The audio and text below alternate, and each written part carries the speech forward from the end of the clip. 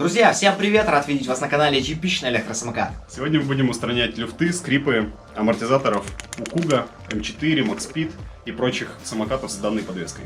Ребят, сегодняшний ремонт будет стоить у нас всего 20 рублей. Самое главное, чтобы эти 20 рублей были 5-рублевыми монетками. Еще нам понадобится синяя смазка для подшипников, либо можно использовать литол, и старая дырявая камера. Берем шестигранник на 6, ключ на 13 и откручиваем болт. С покупки электросамоката люди сталкиваются с такой проблемой, что здесь начинают люфтить. Как это решаемо? Берем болт с завода. Он изначально стоит вот так и резьбой растачивает отверстие. Мы берем этот же болт, переворачиваем в обратную сторону гладкой частью. Таким образом мы предотвращаем разбивание отверстия. Но на Maxspeed стоит вот такой вот болт, и поэтому его хоть так ставь. Поэтому тут поможет только замена самого болта. Для того, чтобы нам добраться до пружины и разобрать амортизатор, нам потребуется: вставляем болт, чтобы он был как упор для руки, прокладываем резинку, чтобы не поцарапать краску, берем зажимные фиксирующие клещи и раскручиваем амортизатор. Итак, что мы видим? У нас есть пластиковая втулка, которая, как обычно, ходит на сухую. Это с завода так сделано. Ее нужно будет смазать обязательно.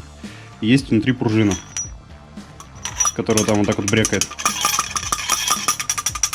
Пружина имеет свойство сжиматься, теряя свои свойства разжатия. Для того, чтобы увеличить жесткость стандартной пружины, мы туда и прокладываем 5-рублевые монетки.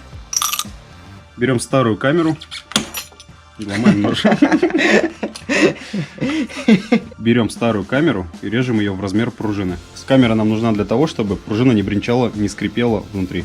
Но перед ее установкой обязательно добавьте смазки. И не забудьте заложить 5-рублевые монетки.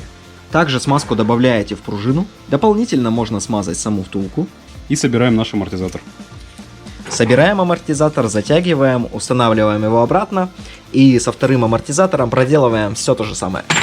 Все, ребят, благодаря этой процедуре самокат стал намного жестче и уже больше не скрипит. Вот и все, ребят, процедура довольно-таки несложная, думаю, с ней справится каждый. Всем большое спасибо за просмотр, обязательно подписывайтесь на наш канал, ставьте лайки, вступайте в группу ВКонтакте «Типичный электросамокат».